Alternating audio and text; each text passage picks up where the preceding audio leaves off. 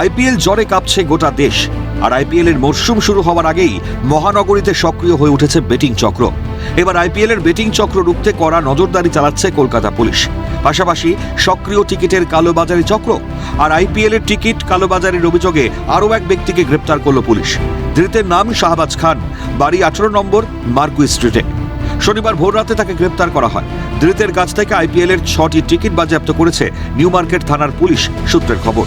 অন্যদিকে আইপিএল এর টিকিট দেওয়ার নামে প্রতারণার অভিযোগে শুক্রবার 2 ব্যক্তিকে গ্রেপ্তার করেছিল পুলিশ।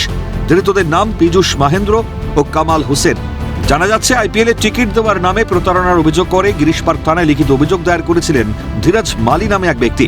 সেই অভিযোগের ভিত্তিতে তদন্তে নেমে অভিযুক্ত পীযূষ মাহেন্দ্র এবং তার সহযোগী কামাল হুসেইনকে মিত্রলেন এলাকা থেকে গ্রেপ্তার করে গিরিশ পার্ক থানার পুলিশ।